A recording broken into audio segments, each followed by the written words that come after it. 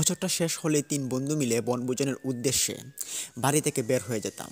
বাংলাদেশের বিভিন্ন জেলায় আমরা ঘোরাফেরা করে থাকতাম। ছোটবেলা থেকেই আমাদের ঘোরাফেরা করার শখ ছিল একটু অন্যরকম। 2014 সালের কথা। আমরা বনভোজনের উদ্দেশ্যে ময়মনসিংহ জেলার ঠাড়াপাড়া নামক একটি গ্রামে আমরা যাওয়ার উদ্দেশ্য নেই। ওই ঠাড়াপাড়া গ্রামে একটি বিশেষ স্থান রয়েছে যেটা অনেক মানুষ পরিদর্শন করে থাকে। লোকমুখে শুনলাম আগেকার মানুষেরা বলতো যে ওই ঠাড়াপাড়া গ্রামে নাকি আকাশ থেকে বিজলি চমকাতো এবং ওখানে অনেক রকমের বড় বড় পুকুর হয়েছে ওই বিজলির প্রভাবে। সেটা পরিদর্শন করার জন্যই আমাদের ওখানে যাওয়া। কিন্তু কেই বা জানতো ওখানে যাওয়ার পর আমাদের জীবনে একটি অন্যরকম একটি পরিবর্তন চলে আসবে, আমাদের জীবনের সঙ্গে একটি ভয়ঙ্কর ঘটনা ঘটে যাবে। হ্যাঁ, বলছিলাম 2014 সালের কথা। তিন বন্ধু মিলে চিন্তা করলাম যে অনেক জায়গায় তো ঘুরলাম, এবার না হয় বাড়ির কাছেই ওখানে যাওয়া যাক, চল। আমাদের বন্ধুর মধ্যে একজনের নাম ছিল শফিক, আরেকজনের নাম রতন এবং আরেকজনের নাম ফারহান। তিনজন বন্ধু মিলেই আমরা ওখানে রওনা দিই যাওয়ার জন্য। তখন জানুয়ারি মাসের প্রথম দিকেই আমাদের যাওয়ার জন্য তৈরি হই সবাই। 2014 সালের জানুয়ারি মাসের দিকে গরমের সিজনটা হালকা হালকা করে পড়ছিল, এরকম একটা অবস্থায় আমরা তিন বন্ধু মিলে বের হব। সম্ভবত এটা জানুয়ারি মাসের 7 তারিখ কি 8 তারিখ ছিল মেবি। আমরা তিন বন্ধু মিলে অনেক রকমের ব্যাগ গুছাই, টাকা পয়সা যত বাও করা লাগে আমরা সবাই মিলে এটা তৈরি করছিলাম এবং কিভাবে কি করব কি না করব সেটা প্ল্যান করছিলাম আগে থেকে এক সপ্তাহ। সঙ্গে করে একজন ছোট ভাই, সে বলল যে এবার আমাদের সাথে সে ঘুরতে যাবে। তার বাবা মা আমাদেরকে তার খরচের বহনার্থী যা লাগে তা আমাদেরকে দিয়েছে। তার জন্য ভাবলাম যে এই ছোট ভাইটাকেও এবার আমরা নিয়ে যাব। চারজন মিলে একটি বাসে উঠে পড়ি ময়মনসিংহ ঠাড়াপাড়া গ্রামে যাওয়ার উদ্দেশ্যে। তখন দুপুরবেলা আমরা ঘর থেকে বের হই এবং বাসে গিয়ে উঠি। যেতে যেতে প্রায় সন্ধ্যা ঘনিয়ে আসলো। তখন ভাবলাম যে ওখানে একটা হোস্টেলে আজকে রাত্রিবেলা থাকবো। আমাদের একটা প্ল্যান ছিল যেটা রাত্রিবেলা যখন আমরা হোস্টেলে থাকতাম, হোস্টেলে থাকার পর আমরা অনেক মজা করতাম এবং ওখানে অনেক রকমের মজা করার পর পরদিন সারাদিন ঘোরাফেরা করতাম এবং স্পেশালি আমরা বিকেলবেলা আবারও গাড়িতে উঠে পড়তাম বাড়িতে আসার উদ্দেশ্যে। এটা একদিনের জার্নি ছিল আমাদের। তো সব কিছু প্ল্যান মাফিক চলছিল। আমরা সন্ধ্যার সময় গিয়েই ওখানে একটি সিট বুকিং করি একটি হোস্টেলে। ওখানে একটা কলেজ ছিল, ওই কলেজের পাশেই একটা ছোটো রকম একটা হোস্টেল ছিল। ওখানে আমরা এক রাত থাকার জন্য পারমিশন নেই এবং ওখানে ভাড়া দেওয়ার জন্য আমরা যাই। গিয়ে আমরা কথাবার্তা বললাম এবং বলার পর হোস্টেলে আমরা প্রবেশ করলাম। সন্ধ্যার পর কিছু খাওয়া দাওয়ার পর আমরা ভাবলাম যে বাইরে থেকে একটু ঘুরে আসি। আর ঠাটাপাড়া গ্রামটাও ছিল এর খানিকটা একটু দূরে, প্রায় 10 মিনিটের পথ হেঁটে গেলে। আমাদের মধ্যে ফারহান বলে উঠল, এখান থেকে তো ঠাটাপাড়া গ্রাম 10 মিনিট রাস্তা হবে, চল একটু রাত্রিবেলা ওখান থেকে ঘোরান দিয়ে আসি। তখন আমি বললাম যে আরে এই রাত্রিবেলা ওখানে যাবি নাকি? লোকমুখে তো আগে অনেক শুনেছি যে এই গ্রাম নাকি দোষী একটা গ্রাম। চল এখন যেতে হবে না, কাল সকাল হোক তারপর আমরা যাব। কিন্তু ফারহান এমন একটি বায়না ধরলো যে আমাদের ওখানে যেতেই হবে। সে বলল যে তার নাকি ভালো লাগছে না, তার মাথা ঘুরছে, যদি একটু বাইরে থেকে ঘুরে আসে তাহলে নাকি তার ভালো লাগবে। সঙ্গে ছোট ছেলেটাও যাকে নিয়ে আসছিলাম সেও একটু বায়না ধরলো। তো আর কিছু করার ছিল না, চারজন মিলে ঘর থেকে বের হয়ে যায় হোস্টেল থেকে ওই ঠাড়াপাড়া গ্রামে যাওয়ার উদ্দেশ্যে। হাঁটতে হাঁটতে খানিকটা পথ অতিক্রম করার পরই আমরা দেখতে পারি একটা ছোট্ট সাইনবোর্ড, ওখানে লেখা আছে ঠাড়াপাড়া গ্রাম, গাড়ি আস্তে চালানোর জন্য নির্দেশনা দেওয়া হয়েছে। তখন এটা দেখার পর আমাদের বেশ খটকা লাগলো। ভাবলাম এখানে কোনো রকমের প্রতিষ্ঠান নেই, আর এখানে কোনো রকমের যে মানুষের সমাগম, বাজার, এরকম কিছুই নেই। তো ওখানে গাড়ি আস্তে চালানোর সাইনবোর্ডটা কেন দেওয়া হয়েছিল দেখে বেশ খটকা লাগলো। পাশেই দেখতে পারলাম একজন নাইট গার্ড, তিনি হুড় হুড় করে হেঁটে যাচ্ছেন আমাদের সামনে দিয়ে। রাত আনুমানিক 8টার উপরে বাজে। দেখতে পেরে আমরা ডাক দিলাম, ও চাচা একটু দাঁড়ান। শুনতে পেরে চাচা তিনি দাঁড়ালেন, দাঁড়িয়ে বললেন যে কি হলো, তোমাদের কোনো সমস্যা? বললাম যে না সমস্যা নেই, তবে এখানে কি কোনো বাজার বা কোনো রকম প্রতিষ্ঠান কি সাপ্তাহিকভাবে কোনো বসে, মানে এখানে কি বিচরণ করে? চাচা বললেন না তো। কেন? বললাম যে এই এই সড়কটার পাশে দেখুন, লেখা আছে গাড়ি আস্তে চালানোর জন্য। এর মানেটা কি? তখন চাচা বলেন যে এই এই রুটটাতে অনেক অ্যাক্সিডেন্ট হয়। এই রোডের মধ্যে অ্যাক্সিডেন্ট যতটুকু হয়ে থাকে সবাই মুখে শোনা যায় যে এগুলো নাকি দুষ্টু প্রেত এবং জিনের কারণে এরকম অ্যাক্সিডেন্ট হয়ে থাকে। এটি স্পেশালি রাত্রিবেলা বেশি অ্যাক্সিডেন্ট হয় এবং মানুষের অনেক রকমের ক্ষতি হয় এই রুটে দিয়ে, যার কারণে বলা হয়েছে যে এই রুটে দিয়ে একটু আস্তে গাড়ি চালানোর জন্য। চাচার কথা শুনে বেশ অবাক লাগলো এবং আমরা মনে মনে চিন্তা করছিলাম এটাও কী করে সম্ভব হতে পারে। জিন প্রেত কি এগুলো অ্যাক্সিডেন্টের কারণ হতে পারে? আমাদের ধারণাটা কি এতটা সত্যি ছিল? সেটা দেখার জন্য আমরা ঠাড়াপাড়া অঞ্চলটার ভিতরে আমরা প্রবেশ করার চেষ্টা করি। খানিকটা এগোনোর পর দেখতে পারি যে এখানে কোনো রকমের বাড়িঘর, তারপর কোনো মানুষের সমাগম নেই। এখানে লম্বা একটা নিরালা পরিবেশ বসে আছে একরকম নিস্তব্ধ আকারে। পাশে দেখতে পারলাম একটা ছোট্ট গাছ, গাছের ভিতরে চড়ুই পাখির বাসা যেমন আখড়া বেঁধেছে। চড়ুই পাখিগুলো হুট করে ডাক দেয়, কিচিরমিচির শব্দ করে। দেখতে পেরে বেশ ভালো লাগলো আমাদের কাছে। ভালো লাগতে লাগতে আমরা হাঁটতে হাঁটতে ঠাড়াপাড়া গ্রামের একটি পুকুরের কিনারায় চলে যাই। গিয়ে দেখতে পারি ওখানে বেশ একটা বড় গর্ত হয়ে আছে। ওই গর্তের মধ্যে আমাদের সঙ্গে যে ছোট ভাইটা ছিল সে পা ধোয়ার জন্য ওই গর্তের ভিতরে পা দেয়। পা যখনই সে গর্তের ভিতরে প্রবেশ করায় তখনই সে একটা চিৎকার দিয়ে ওঠে। দৌড় দিয়ে তার কাছে যাই, গিয়ে দেখতে পারি তার পা মাটির তল থেকে, পানির ভিতর থেকে কেউ একজন টেনে ধরেছে। তাকে খুব জোর কমে ছুটানোর চেষ্টা করছি কিন্তু কোনোভাবেই তাকে ছুটাতে পারছি না। সঙ্গে আমাদের ফারহান, তারপর আরও একজন আসে এবং ওখানে থাকা আরও একজন মানুষ দৌড় দিয়ে আসে চিৎকার চেঁচামেচি শোনার পর। এসে ক্রমাগত তাকে টানাটানি হেঁচড়া করার পর ওখান থেকে তোলা হয়। তোলার পর দেখতে পারি তার পায়ে একটি বিশেষ 4-5টা আঙুলের ছাপ বেসে গেছে। তখন ওখানে থাকা যে অন্য লোকটা ছিল যেটা দৌড় দিয়ে এসেছিল, তিনি আমাদেরকে বলছেন, এই বাচ্চারা তোমরা এখান থেকে চলে যাও, তোমাদের এখানে রাত্রিবেলা আসাটা ঠিক হয়নি, চলে যাও। চাচাকে তখন বললাম যে আমাদের একটু ভালো লাগছিল না, তাই এদিকে একটু ঘুরতে আসলাম। আর এই ঘটনাটা কেন ঘটলো একটু আপনি বলতে পারবেন? তখন চাচা বলেন যে এই এলাকাতে অনেক রকমের দুষ্টু জিন এবং প্রেতের সমাগম হয়ে থাকে। এখানে রাত্রিবেলা দূরে থাক, এখানে মানুষ দিনের বেলাতেও আসে না। তোমাদের এত বড় সাহস কী করে হলো? এখানে আসার মতো তোমাদের কলিজা ঠিক হয়নি, এটা তাড়াতাড়ি এখান থেকে চলে যাও। এই বলে লোকটা আস্তে আস্তে করে নিপীড়নে হাঁটতে হাঁটতে আমাদের সামনে থেকে চলে গেল তার কর্মসংস্থানে। আমরা তখন ওখানে দাঁড়িয়ে দাঁড়িয়ে তার পায়ের মধ্যে আমরা কিছু বেঁধে দেওয়ার জন্য একটা কাপড় নিয়েছি এবং ওটা দিয়ে তার পাটা বেঁধে দিলাম।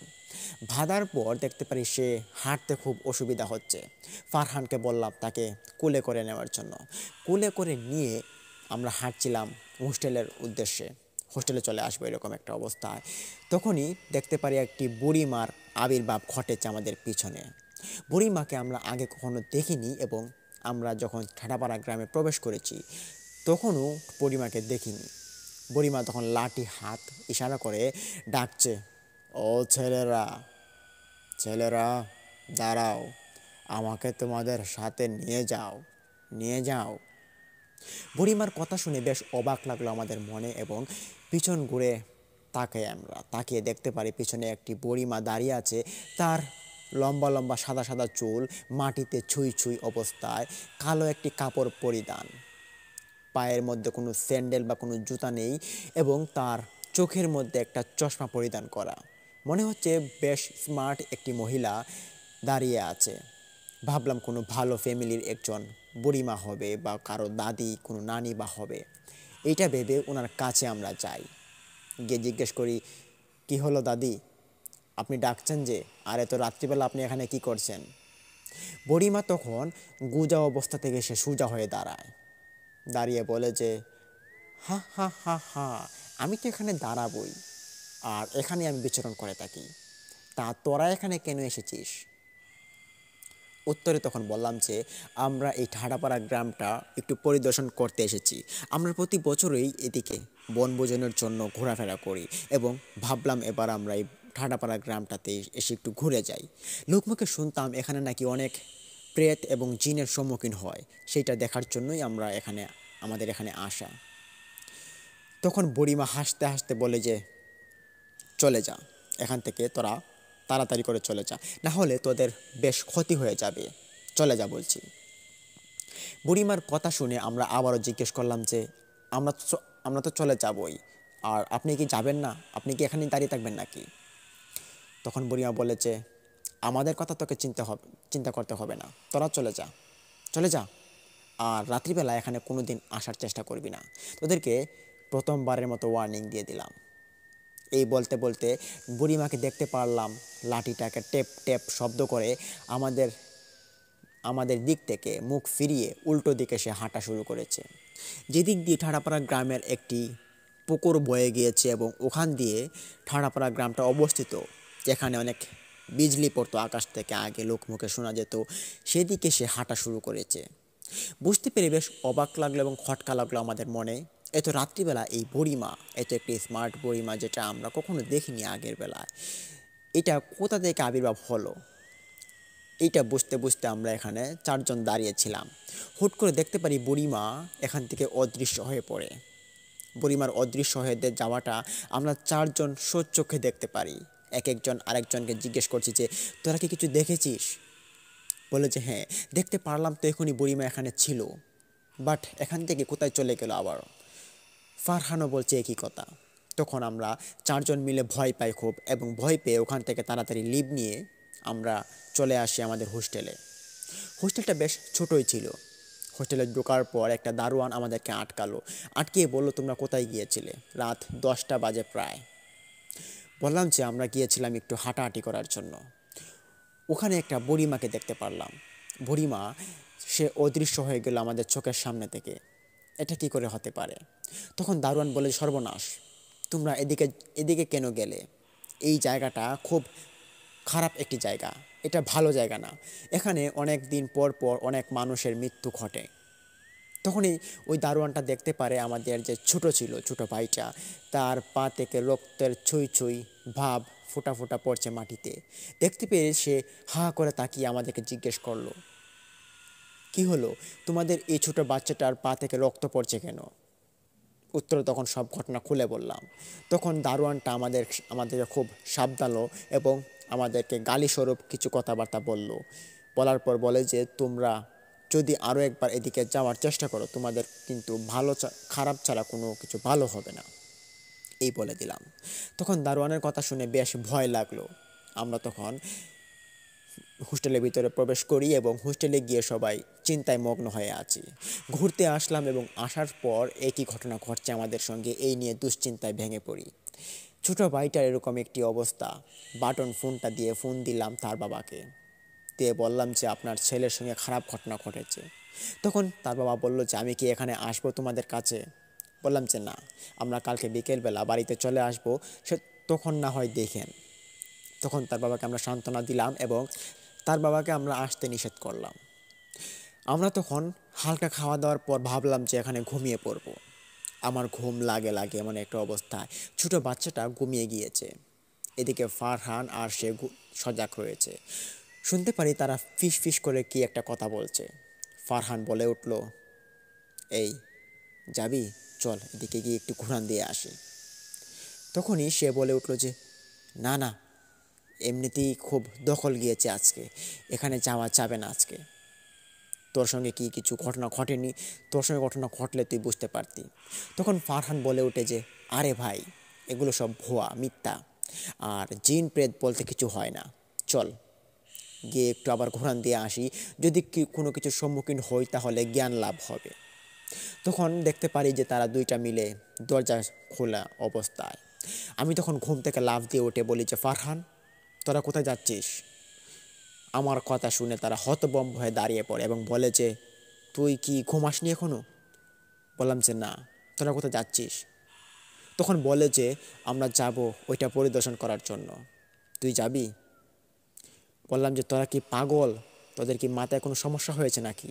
এই রাত্রিবেলা যদি আমরা এখানে যাই তাহলে আমাদের ক্ষতি ছাড়া কোনো ভালো কিছু হবে? এমনিতেই নাইট গার্ডের মুখে কী কথা শুনলি এবং যে দারোয়ান ছিল তার মুখে কী কথা শুনলি, তোদের কি মনে একটুও ভয় জন্মায় না?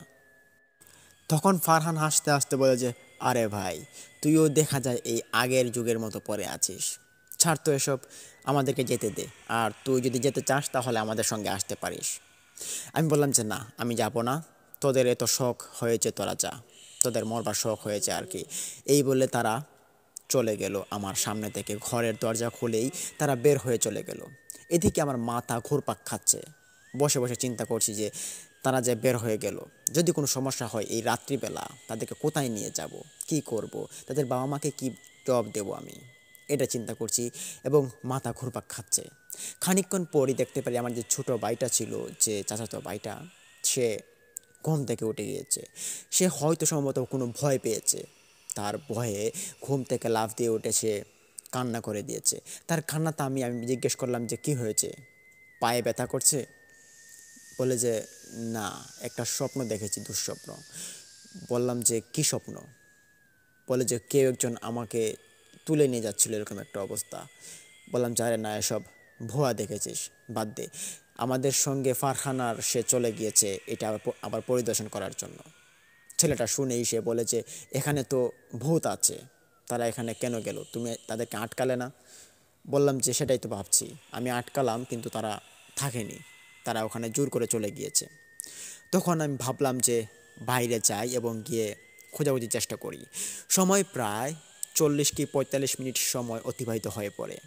ঘরের দরজাটা আমি খুলি, এখনও না আসার কারণে আমার মাথায় ভাঁজ ভেঙে পড়েছে। ঘরের দরজা খুলে আমি দেখতে পারি নাইট গার্ড, যেটা হোস্টেলের পাশে সামনে দাঁড়িয়েছিল, বসে থাকে। দেখতে পারি সে বসে বসে একটু একটু ঘুমের ভাব চোখে নিয়ে সে উংড়াচ্ছে আর কি, একটা অবস্থা। তখন তার সামনে যাই, গিয়ে জিজ্ঞেস করলাম যে ও ভাই, আমাদের সঙ্গে যে দুজন বন্ধু ছিল তারা আমাদের ঘর থেকে বের হয়ে গিয়েছে অনেকক্ষণ আগে, আপনি কি তাদেরকে জিজ্ঞেস করেছেন তারা কোথায় যাচ্ছে বা কোথায় গিয়েছে, এদিকে কি আপনাদের সামনে দিয়ে গিয়েছে নাকি? তখন দারোয়ান ভাই লাফ দিয়ে উঠে বলে যে হ্যাঁ, আপনাদের সঙ্গে যে দুজন ছিল তারা দুজন এখান থেকে বের হয়ে গিয়েছে।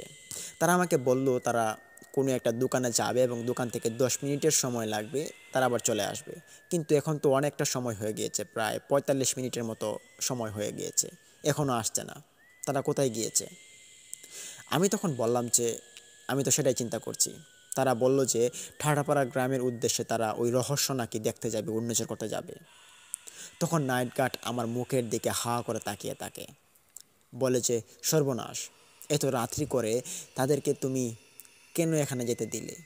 বললাম যে তারা তো আমার কোনো কথাই শুনেনি, তারা এখানে যাবে মানে যাবেই। আর এখানে তারা আসার মূল কারণেই হচ্ছে এই ভূতগুলোকে তারা একটু দেখার জন্য, এগুলো উপলব্ধি করার জন্য এখানে এসেছে। না হলে অন্য কোনো জেলা তো আমরা যেতে পারতাম। এখন আমি কি করি, আপনি আমাকে কোনো ভালো পথ দেখান। তখন নাইট গার্ড আমাকে বলে যে আপনি আমার সঙ্গে চলুন, তাদেরকে আমি খোঁজাখুঁজি করে দেখি যে তারা কোথায় আছে। তখন মনে সাহস নিয়ে ওই দারোয়ান ভাইয়ের সঙ্গে হোস্টেল থেকে বের হয়ে পড়ি তাদেরকে খোঁজার জন্য। তখন ওই ঠাটাপাড়া গ্রামের অনেকটা পথ আমরা এগিয়ে যাই। অতিক্রম করার পর দেখতে পারি যে আশপাশ নিরবাচ্ছন্ন হয়ে পড়ে আছে এবং মনে হচ্ছে মাটি থেকে ধোঁয়া বের হয়ে আসছে। আর মনে হচ্ছে পানির একটা পাতলা আবরণ মাটিতে পড়ে আছে, পুরো মাটিতে। এরকম একটা সিন আমরা দেখতে পারি ওই ঠাটাপাড়া গ্রামের আশপাশ কেন্দ্রিক।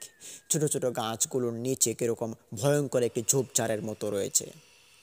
তখন নাইট গার্ড আমাকে বলে যে কোথায় তারা, তাদেরকে তো দেখতে পারছি না, আর এখন তো কোনো রকমের দোকানপাটও হয়তো খোলা নেই, তারা কোথায় গেল? খুঁজতে খুঁজতে হঠাৎই দেখতে পারি আমার এক বন্ধু এখানে পড়ে আছে। তাকে পড়া অবস্থা দেখেই তার হাতে গিয়ে আমি ধরার পর দেখতে পারি যে আমাদের সঙ্গে আসা এক বন্ধু। তাকে জ্ঞান ফেরানো হয়, তার জ্ঞান ফেরানোর পর দেখতে পারি তার গালের মধ্যে আঁচড়ের লম্বা একটা দাগ এবং পিঠে একটা দাগ এবং সারা শরীরে কীরকম ময়লা ভরে আছে। তখন সে লাফ দিয়ে উঠে আমাদেরকে বলে আমাকে বাঁচাও, আমাকে বাঁচাও। বললাম যে কি হয়েছে? বলে যে ফারহানকে হয়তো মেরে ফেলেছে, তাড়াতাড়ি ওখানে যাও। কোথায় মেরেছে? বলে যে ওই চিতাশালের যে পাশে একটি পুকুর আছে, ওই পুকুরের পাশেই একটি বুড়িমার আবির্ভাব ঘটেছে। সেখানে আমরা দুজন যাই এবং যাওয়ার পর ফারহানকে ধাপা দিয়ে ধরে ফেলেছে এবং আমি ওখান থেকে ক্রমাগত ছুটে চলে আসি। ফারহান ওখানেই পড়ে আছে, তাড়াতাড়ি যাও, তাকে বাঁচাও। তখন তার কথা শুনে বেশ অবাক লাগলো আমাদের মনে এবং খুব ভয় লাগলো। ভাবলাম যদি আমরা গেলে আমাদের কোনো সমস্যা হয়, এই চিন্তা মনে নিয়ে এখানে যাওয়ার আর কোনো রকমের সাহস জন্মাচ্ছেন না আমাদের। তখন দারোয়ানটা, তার মনে খুব সাহস ছিল, সে বলল যে চলুন দেখা যাক কি হয়। মনে ভালো রকমের মনোবল নিয়ে আমরা দুইজন লোক এদিকে হাঁটাহাঁটি শুরু করে দিই এবং ছোট ভাইটা এবং তাকে আমরা এখানে রেখে দিই যে আহত হয়েছে, তারা দুইটা এখানে দাঁড়িয়ে থাকে এবং ফারহানকে খোঁজার উদ্দেশ্যে আমরা ওখানে যাই। খানিকটা হাঁটাহাঁটির পর আমরা খোঁজাখুঁজি করা শুরু করে দিই, কিন্তু কোথাও ফারহানকে খুঁজে পাচ্ছি না। হঠাৎই দেখতে পাই ওখানে একটা চুলের গোছা দেখা যাচ্ছে পুকুর পাড়ে। ওই চুলের গোছাটার কি কোনো মানুষের নাকি কোনো অংশ বিশেষের এটা বোঝা যাচ্ছে না। মনে হচ্ছে একটা চুলের খোপা, আস্ত বড় খোপা ওখানে পড়ে আছে মাটিতে। এইটা দেখার জন্য পুকুর পাড়ে শরীর থরথর কাঁপছে, এই মনোবল নিয়ে আমরা হেঁটে যাচ্ছি ওই চুলের খোপার দিকে। অতিক্রম করে আমরা দেখতে পারি যে এটা একটা বুড়িমা এখানে বসে আছে, বসে বসে গুনগুন শব্দে কীরকম কথাবার্তা বলছে। তার কথাবার্তা শুনে আমরা বেশ ভয় পাই। ভয় পেয়ে আমি দারোয়ানকে জিজ্ঞেস করলাম যে এটাই তো সেই বুড়িমা? হ্যাঁ এটাই, আমরা তখন ওই বুড়িমাকে দেখেছিলাম। তখন পিছন থেকে ছোটো ভাইটা ডাক দিয়ে বলেছে, ভাইয়া চলে আসো, এখান থেকে চলে আসো তাড়াতাড়ি, এখানে কীরকম শব্দ হচ্ছে। তখন তার এই কথা শুনে আমরা এখান থেকে কয়েক কদম পিছিয়ে চলে আসি এবং খানিকক্ষণ পরে দেখতে পারি বুড়িমা আরভাবে আমাদের দিকে তাকালো।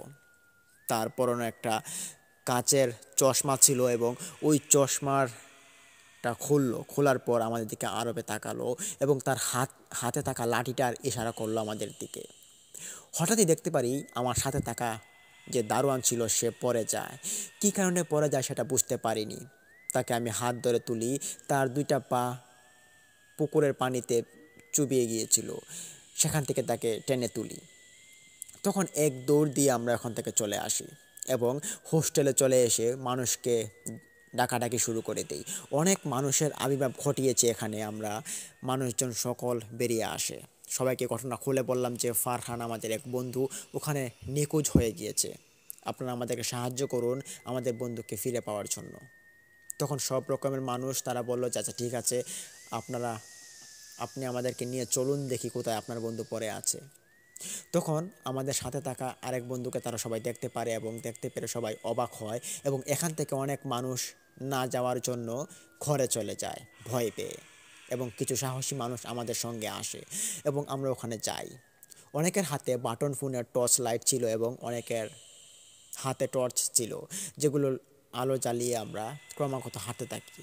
অনেকের হাতে লাঠি বেন্দা নিয়েও ছুটেছিল যে যদি এখানে কোনো রকমের জিন বা ভূতের আবির্ভাব ঘটে তাহলে সেটা মোকাবেলা করার জন্য। হাঁটতে হাঁটতে আমরা ওই পুকুর পাড়ে চলে যাই। হঠাৎই দেখতে পারি চিতাশালের ভিতর থেকে আগুন জ্বলছে, ধাউ ধাউ করে আগুন। এটা আমাদের যে হোস্টেলের লোকজন ছিল, তারপর দারোয়ান, আমরা সবাই দেখতে পারি আগুন জ্বলছে। বাট এখানে চিন্তার বিষয় ছিল যে এখানে কোনো রকমের মানুষ নেই, কোনো রকমের মরদেহ নেই যেগুলো পোড়ানোর জন্য মানুষ এখানে নিয়ে আসতে পারে। দেখে বেশ অবাক লাগলো এবং আমরা বুঝতে পারি এটা কোনো সাধারণ লক্ষণ না, এটা কোনো ভালো লক্ষণ হতে পারে না। আর আমাদের বন্ধুকে এখন খোঁজাখুঁজির জন্য সবাই মেতে আছি। তো পুকুরের আশপাশ কেন্দ্রিক পুরোটা খোঁজাখুঁজির জন্য আমরা লোক বল ছুটিয়ে দিই এবং ছিটিয়ে দিয়ে বললাম আপনি এদিকে যান, আপনি ওদিকে যান। কিন্তু অনেকক্ষণ খোঁজাখুঁজির পরও ফারহানকে কোথাও খুঁজে পাওয়া যাচ্ছে না। খুঁজে না পেয়ে আমাদের চোখ বেয়ে অশ্রু পড়ছে। আমার ছোটো ভাইটার, তার চোখ বেয়েও দেখতে পারলাম যে অশ্রু পড়ছে। সবাই কান্নাকাটি শুরু করে দিয়েছে ফারহানকে খুঁজতে না পেরে। ফারহান খুব মজার একটি লোক ছিল এবং সে খুব সাহসী একটা লোক ছিল। তার এরকম কথাবার্তা মনে পড়ছে এবং তার জন্য খুব কষ্ট হচ্ছে। ভাবছি সে হয়তো আমাদের মাঝ থেকে কি চলেই গেল নাকি, তাকে কি হয়তো কোনো বুড়িমা মেরেই ফেলল নাকি। ওই বুড়িমাটা কে? বুড়িমাটাকে দেখার জন্য আমরা তখন অনেক খোঁজাখুঁজি করছি, কিন্তু বুড়িমাকে আমরা পাচ্ছি না। হঠাৎই একজনের চোখ যায় ওই পুকুরের ও পাশ দিয়ে একটি বড় রকমের রেন্টি গাছের নিচের দিকে। সে দেখতে পারে এখানে একজন মানুষ বসে আছে। সে চিৎকার দিয়ে বলে ওঠে যে ওই কড়ই গাছের নিচে কেউ একজন বসে আছে, তাড়াতাড়ি চলুন তো আমার সঙ্গে। তার কথা শুনে তার পিছনে এক দৌড় দিলাম এবং দৌড় দিয়ে দেখতে পারি যে ফারহানের মতোই দেখা যাচ্ছে। স্পষ্ট ভাষে না দেখা গেলেও হালকা চাঁদের আলোতে, পূর্ণিমা শেষ পর্যায়ে এরকম একটা অবস্থায় তাকে হালকা আলোতে দেখা যাচ্ছে ফারহানের মতো একটা মানুষ। সে খুব লম্বা ছিল এবং তার চুলগুলো লম্বা লম্বা ছিল। মনে হচ্ছে ফারহান এখানে বসে আছে। ভাবলাম ফারহান এখানে কেন বসে থাকবে, দৌড় দিয়ে তার কাছে যাই। গিয়ে তার শরীরে কোনো রকমের হাত দেইনি, হাত না দিয়ে তাকে ডাকাডাকি শুরু করি, কিন্তু ফারহান কোনোভাবেই সে কোনো সাড়া শব্দ করছে না এবং কোনো রকমের উত্তর দিচ্ছে না। তখন ভাবলাম যে ফারহান কি কোনো নেশা পানি করলো নাকি, কিন্তু ফারহান তো কোনো রকমের নেশা করার মতো ছেলে নয়। তার মাথায় গিয়ে আমি হাত দিই। মাথায় হাত দেওয়ার পরেই দেখতে পারি ফারহান তার দুইটা চোখ গরম করে তাকিয়েছে আমাদের দিকে। তখন তার চোখের চাহনি ভরা ছিল একদম আগুনের লাল বর্ণের লুক্কা, এরকম একটা অবস্থায় তার চোখ ছিল, যেটা দেখার পর আমি 2 কদম পিছিয়ে চলে আসি পিছনে। সবাই এটা দেখতে পারে এবং সবাই বলছে যে তাকে হয়তো কোনো রকমের খারাপ জিন বা কোনো প্রেত আছর করেছে, এখান থেকে সবাই চলে আসো, আর তাকে যদি নিয়ে আসা যায় তাহলে তো ভালো, দেখুন নিয়ে আসতে পারেন কিনা। খানিকক্ষণ পরে দেখতে পারি ফারহান জ্ঞান হারিয়েছে। ফারহানের জ্ঞান হারা অবস্থায় তাকে অনেক ডাকাডাকি করলাম, কিন্তু কোনো রকমের সাড়া শব্দ সে করলো না। তার হাতে এক হাত আমার কাঁধে দিলাম এবং আরেক হাত দারোয়ানের কাঁধে নিল এবং তাকে আস্তে আস্তে করে আমরা হাঁটাতে হাঁটাতে হোস্টেলে নিয়ে আসলাম। হোস্টেলে নিয়ে আসার পর দেখতে পারি ফারহান কোনো রকমের কথা বলছে না, সে সেন্সলেস অবস্থায় পড়ে আছে।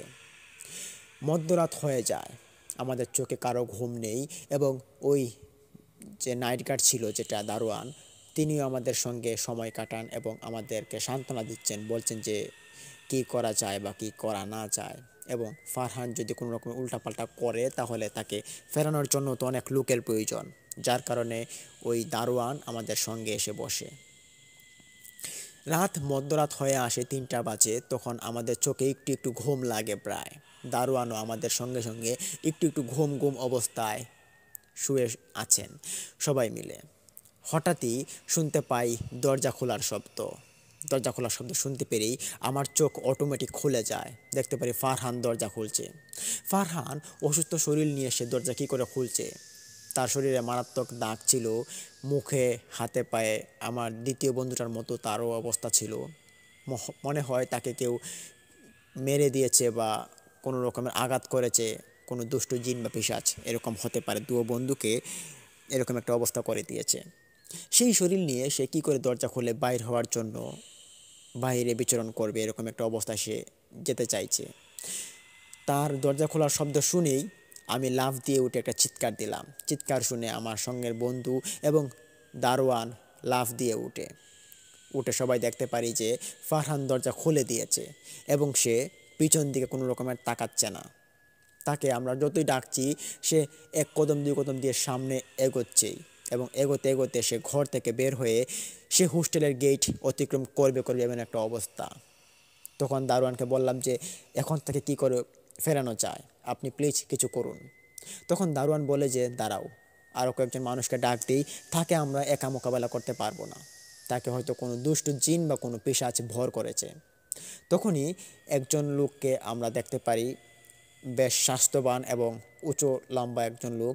ভাবলাম উনি একাই যথেষ্ট হবে ফারহানের জন্য। তখন ওই লোকটাকে ডেকে আনি, বলি যে ফারহানকে ফেরানোর জন্য, ফারহানকে আমরা একা ফেরাতে পারবো না এর জন্য। তখন ওই লোকটাও আমাদের সঙ্গে চলে আসে এবং ফারহানকে গিয়ে হাতে ধরার পরেই ফারহান এমন ঝাড়ি দেয় তার হাতে যে লোকটা ঝাড়ির প্রভাবে সে মাটিতে লুটিয়ে পড়া অবস্থায় সে খুব ব্যথা পায় এবং তাকে আমরা তুলি এবং ফারহান দেখতে পারি ক্রমাগত হাঁটতেই আছে এবং হাঁটতে হাঁটতে ওই ঠাডাপাড়া গ্রামের যে নিরবাচ্ছন্ন গ্রামটার একটি বিচরণ ছিল, যেটা চর একটা অবস্থান, ওখানে সে যাওয়ার জন্য উতলা হয়ে যাচ্ছে। খুব আস্তে আস্তে করে পা ফেলছে এবং হাতের কণিগুলো খুব সুন্দর করে নাড়াচ্ছে, মনে হচ্ছে কোনো ভালো মানুষ হেঁটে যাচ্ছে, কিন্তু তার ভালো মানুষের ভিতরে একটি খারাপ জিন প্রবেশ করেছে, এটা আমরা বুঝতে পারি। তার চোখের লাল বর্ণটা কিছুক্ষণ পরপর আমাদের দিকে তাকায় এবং জিলকি দিয়ে ওঠে একটা। আমরা তখন তার পিছন পিছনে হেঁটে যাচ্ছিলাম, দেখছিলাম সে কোথায় যায় এবং কী করে। তখনই দেখতে পারি চিতাশালের ভিতরে যে আগুনটা ধাউ ধাউ করে জ্বলছিল সেটা এখনও জ্বলছে।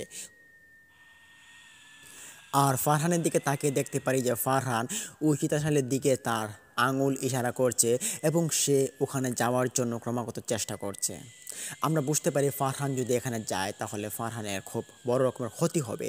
এইটা ভেবে আমরা তিনজন লোক ফারহানের নিকট ক্রমাগত যাই এবং ফারহানকে খুব জোরে চেপে ধরি এবং চেপে ধরে তাকে হিঁচড়ে আমরা নিয়ে আসার চেষ্টা করি আমাদের যে থাকার অবস্থানটা ছিল, যেটা হোস্টেল, ওখানে আর কি নিয়ে আসার চেষ্টা করি। খানিকটা পথ আমরা তাকে টেনে হিঁচড়ে নিয়ে আসি। খানিকটা আসার পর ফারহানের এমন একটি শক্তি উদয় হলো যেটার প্রভাবে আমাদের তিনজনকে হিঁচড়ে ফেলে দেয়। তখনই আমরা দেখতে পারি একজন বৃদ্ধ লোক সে দৌড়ে আসছে আমাদের দিকে। তার দৌড় দেখে আমরা খুব ভয় পাই, ভাবলাম ওই বুড়িমার বেশে কোনো রকমের বৃদ্ধ লোক হয়তো এটা হতে পারে, এটা ভেবে আমরা ভয় পাচ্ছিলাম, থরথর করে কাঁপছিলাম আমরা সবাই। তখন ওই বৃদ্ধ লোকটা এসে তার পরিচয় আমাদেরকে দিল, বলল যে সে এখানকার ভালো একজন কবিরাজ। সে এখানে চিৎকার চেঁচামেচি শোনার পর সে দৌড় দিয়ে আসলো। সে ভাবলো এখানে কোনো সমস্যা হচ্ছে, এখানে প্রায়ই সমস্যা হয় সে বলল, যার কারণে সে এখানে একটা ছোট ঘর বেঁধেছে। এই ঘর থেকে কোনো শব্দ শুনলেই নাকি এখানে সে চলে আসে। তখন বললাম যে ঠিক, আচ্ছা তাহলে ভালো হয়েছে আপনি এসেছেন। দেখুন আমার এই বন্ধুর কীরকম উল্টাপাল্টা কাজকর্ম করছে, মনে হয় তাকে কোনো রকমের জিন বা কোনো পিশাচ ভর করেছে, আপনি একটু সাহায্য করুন, তাকে ভালো করুন। তখন কবিরাজ ফারহানের মুখের দিকে তাকায়। ফারহান কবিরাজকে দেখতে পেরেই ফারহান চিৎকার দিয়ে ওঠে এবং কবিরাজকে আঘাত করার জন্য এগিয়ে আসে। তখন কবিরাজ তার মন্ত্র বলে ফারহানকে দুর্বল করে দেয়। সে কীরকম মন্ত্র পড়ল এবং একটি কলসির, ছোট একটা কলসির মোটাই ছিল, যেটা থেকে তার পানি নিয়ে ফারহানের চোখে ছিটিয়ে দেয়। ফারহান তখন অজ্ঞান হয়। ফারহানকে নিয়ে আমরা চলে যাই ওই কবিরাজের বাড়ির দিকে। তখন কবিরাজ আমাদেরকে একটি ঘটনা খুলে বলেন। তিনি ফারহানকে যোগ্যরত অবস্থায় তিনি কাজকর্ম করছেন ফারহানকে ভালো করার জন্য, তার ভিতর থেকে যে দুষ্ট জিনটা রয়েছে সেটা বের করে দেওয়ার জন্য। এবং তিনি এটা বের করতে করতে আরও একটি ঘটনা আমাদেরকে বললেন যে এইখানে নাকি অনেক আগেকার সময়ে একটি বৃদ্ধ মহিলা তার একটি সন্তানের কারণে ফাঁসি নিয়ে মারা গিয়েছিল। সে নাকি খুব ভালো একজন মহিলা ছিল এবং শিক্ষিত একটি মহিলা ছিল তখনকার সময়ের। সেই মহিলাটা নাকি একটা চশমা, একটি লাঠি এবং কালো কাপড় পরিধান করতো বেশিরভাগ, এবং সেই কাপড় পরিধান, সেই লাঠি, সেই চশমা ওলা অবস্থায় নাকি অনেক মানুষই দেখেছে ওই বুড়িমাকে। এবং ওই ওই যে ঠাটাপাড়া গ্রামের অবস্থানটা, ওখানে যে চর বিচরণ হয়ে আছে, এখানে অনেক মানুষের মৃত্যুও ঘটেছে এবং এই মৃত্যুর কারণে এই বৃদ্ধ বুড়িমাটাই দায়ী। এই বৃদ্ধ বুড়িমার বিষয়ে অনেক মতবাদ রয়েছে। এই বৃদ্ধ মহিলাটিকে নাকি অনেক মানুষ দেখতে পেরেছে রাস্তার মাঝখান দিয়ে হাঁটাহাঁটি করে, অনেকে দেখতে পেরেছে চিতাশালের আশপাশ দিয়ে হাঁটাহাঁটি করে, অনেকে এটার সম্মুখীন হয়েছে যে সে নাকি চোখের চশমা খুলে লাঠি দিয়ে আঘাত করার জন্য দৌড় দিয়ে আসে। এরকমের অবস্থানের শিকারও কিন্তু অনেক মানুষ এখানে হয়েছে। এটা আমাদের কবিরাজ খুলে বলেন। কবিরাজ আরও বলেন যে এখানে দুষ্ট কয়েকটা জিনের দলও থাকে, যে জিনগুলো মানুষকে পেলে মানুষের ভিতর প্রবেশ করার জন্য তারা উতলা হয়ে যায় এবং এটি খুব খারাপ একটি লক্ষণ এবং এই লক্ষণগুলোর প্রভাবে অনেক মানুষের অনেক ক্ষতি হয়। এখানে কিছুদিন আগে একটি মানুষ হেঁটে যাচ্ছিল, সে সম্ভবত বেড়াতে এসেছিল কোনো এক আত্মীয়র বাড়িতে। তখন রাত্রিবেলা এদিক দিয়ে যাওয়া, সম্ভবত এটি 3 মাস আগের একটি ঘটনা। তখন আমি ঘুমাতে যাব এরকম একটা অবস্থায়, তখনই শুনতে পাই চিৎকার ভেসে এসেছে আমার কানে। তখন ঘর থেকে বের হয়ে যাই, তোমাদেরকে যেভাবে গিয়েছিলাম বাঁচানোর উদ্দেশ্যে সেভাবেই যাই ওই লোকটাকে বাঁচানোর উদ্দেশ্যে। ঘর থেকে বের হয়ে দেখতে পারি একটি বুড়িমা এবং এর সামনে একটি পুরুষ দাঁড়িয়ে আছে। মনে হচ্ছে বুড়িমাটার সঙ্গে সে কোনো রকমের কথোপকথন বা কোনো রকমের আলাপ আলোচনা সে করছে, এবং আলাপ আলোচনার মধ্যে সে চিৎকার কেন দেবে এটা আমার খটকা লাগে। আমি ক্রমাগত হেঁটে হেঁটে ওখানে যাওয়ার চেষ্টা করি, গিয়ে দেখতে পারি বুড়িমা তার গলায় চেপে ধরে আছে। যদিও বুড়িমাটা উন্দা হয়ে থাকে, মানে গুজো হয়ে থাকে, তো গুজো হওয়া অবস্থায় সে ওই ওই লোকটার গলা চেপে ধরে আছে। বুড়িমার হাতের লাঠিটা তার পিঠের মধ্যে রেখেছে কোনো রকমের আটকানো বস্তু ছাড়াই। তার চোখের চশমাটা একটি হাতে এবং আরেক হাত দিয়ে ওই যে পুরুষ লোকটাকে চেপে ধরেছে। পুরুষ লোকটা খুব চিৎকার চেঁচামেচি শুরু করেছে, কিন্তু তার চিৎকার এতটা আসছে না। প্রথম চিৎকারটাই শুধু এসেছিল, যেটা আমার কানে ভেসেছিল। পরবর্তী চিৎকারগুলো খুব আস্তে আস্তে আসছে, মনে হচ্ছে সে খুব দুর্বল হয়ে গিয়েছে। তখন আমি ওই বুড়িমারকে দেখার পর আমি বুঝতে পারি এটা কোনো রকমের খারাপ জিন হতে পারে। এটা বলছেন কবিরাজ।